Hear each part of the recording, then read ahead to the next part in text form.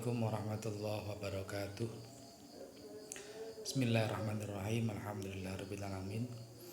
Allahumma shalli ala Muhammad wa sallim. Anak sekalian, alhamdulillahirabbil alamin. Untuk pertemuan kali ini Bapak akan menjelaskan tentang pengertian ijarah yang merupakan materi pelajaran fikih kelas 9 di madrasah tercinta kita ini. Sebelum Bapak menjelaskan tentang ijarah, kita berdoa terlebih dahulu dengan membaca basmalah bersama. Bismillahirrahmanirrahim. Baiklah anak sekalian, materi kita adalah ijarah. Harapan Bapak nanti ketika materi ini selesai, anak bisa memahami apa itu akad ijarah.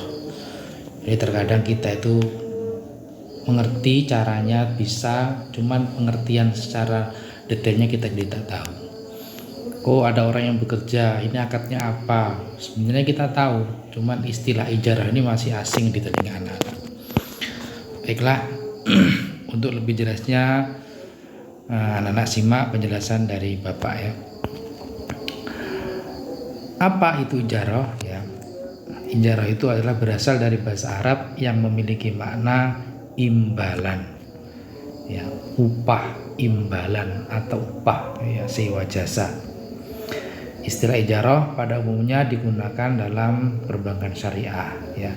Secara makna dan konteksnya dalam perbankan, ijarah adalah memindahkan hak guna suatu barang dengan pembayaran biaya sewa tanpa diikuti pemindahan kepemilikan atas barang tersebut ya. Singkat kata, ijarah berarti menyewa suatu tempat tanpa maksud memiliki. Lebih lanjut, yang berperan sebagai penyewa adalah nasabah tentunya ya, dengan objek yang akan disewakan, dan bank adalah pemilik atau yang menyewakan ya. Transaksi dengan akad ijarah ini diatur oleh undang-undang, ada fatwa MUI tentang ijarah ya, nomor 9 ini tahun 2000. Oleh sebab itu, pembiayaan dengan akad ijarah diatur sesuai syariat Islam.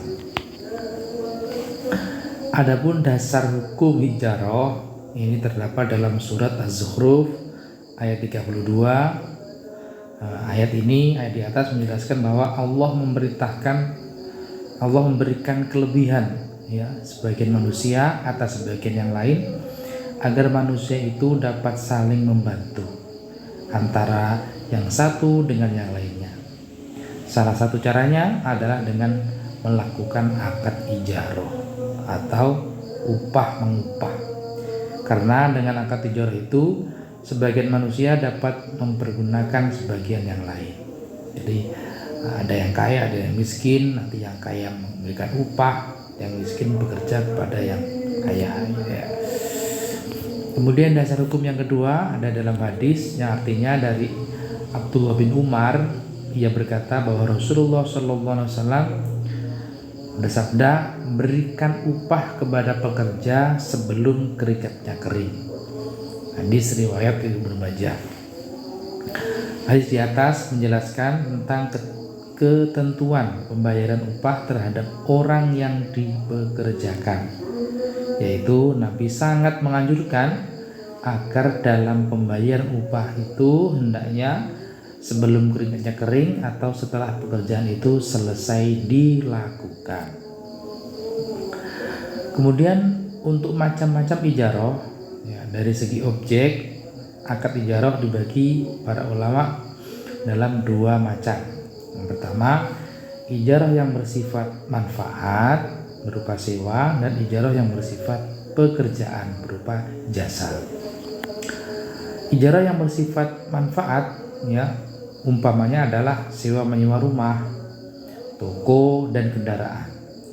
Apabila manfaat itu merupakan manfaat yang dibolehkan syarak untuk dipergunakan, maka para ulama fikih sepakat hukumnya boleh ya dijadikan objek sewa menyewa. Kemudian yang kedua, ijarah yang bersifat pekerjaan atau jasa. Ijarah yang bersifat Pekerjaan adalah mempekerjakan seseorang untuk melakukan suatu pekerjaan. Ijarah seperti ini menurut para ulama fikih hukumnya boleh apabila jenis pekerjaan itu jelas dan dengan sesuai syariat Islam, seperti buruh pabrik, ya, tukang sepatu, dan buruh tani, itu ya jasa. Adapun rukun akad ijarah, ya, terkait dengan akad ijarah ini jumhur ulama, berarti kebanyakan ulama sepakat bahwa akad ijarah itu memiliki 4 rukun. Yang pertama muta'akidin, yaitu orang yang berakad. Yang kedua sighot itu ya ijab qabul. Yang ketiga upah. Yang keempat adalah manfaat. Jadi ketiga rukun ini harus semuanya lengkap. Ketika salah satunya tidak ada, maka akad ijarah itu tidak sah. Adapun syarat, ini ada beberapa syarat. Yang pertama adalah kedua orang yang bertransaksi akad sudah balik dan berakal. Jadi transaksi yang dilakukan oleh anak-anak atau orang gila itu tidak sah. Seperti ijarah mempekerjakan orang gila itu berarti tidak sah. Kedua, boleh ya kedua belah pihak tersebut bertransaksi dengan kerelaan, yaitu tidak terpaksa atau dipaksa. Yang ketiga, barang yang disewakan atau objek ijarah diketahui kondisi dan manfaatnya oleh penyewa. Demikian juga jika objek ijarah adalah pekerjaan, ya, maka pekerjaan itu harus jelas ketentuannya. Hal ini untuk menghindari perselisihan di kemudian hari. Yang keempat, objek ijarah bisa diserahkan dan diperdagangkan secara langsung dan tidak dicatat, ya. Kemudian ulama fikih bersepakat tidak boleh menyewakan sesuatu yang tidak dapat diserahkan dan dimanfaatkan langsung oleh penyewa. Misalnya menyewakan rumah yang masih dihuni oleh orang lain. Ya jelas ya. Yang kelima, objek ijarah merupakan suatu yang dihalalkan syariat, ya. Sewa menyewa dalam masalah maksiat hukumnya haram. Misalnya menyewa seorang untuk membunuh orang lain, itu tidak boleh, karena bertentangan dengan syariat. Adapun hal yang disewakan tidak termasuk suatu kewajiban bagi penyewa. Misalnya menyewa orang untuk menggantikan, ya, penyewa sholat atau mengerjakan soal-soal ujian. Kamu saya sewa untuk mengerjakan soal-soal saya. Nah, kamu saya sewa untuk mengerjakan kewajiban saya. Tidak boleh. Yang nomor 7, objek ijarah adalah sesuatu yang bisa disewakan, ya. Apa itu? Seperti rumah, ya, mobil, ya, aneka busana, dan hewan tunggangan, ya, seperti kuda, unta, dan sebagainya. Penyewaan suatu yang tidak bisa disewakan seperti menyewakan sebatang pohon untuk menjemur, ya, cucian, nah, itu tidak disahkan karena sebatang pohon manfaatnya bukan untuk menjemur pakaian. Gitu. Yang 8, upah sewa dalam transaksi ijarah harus jelas, ya, ketentuannya harus jelas. Kamu satu hari saya bayar 150.000, nah, itu harus jelas.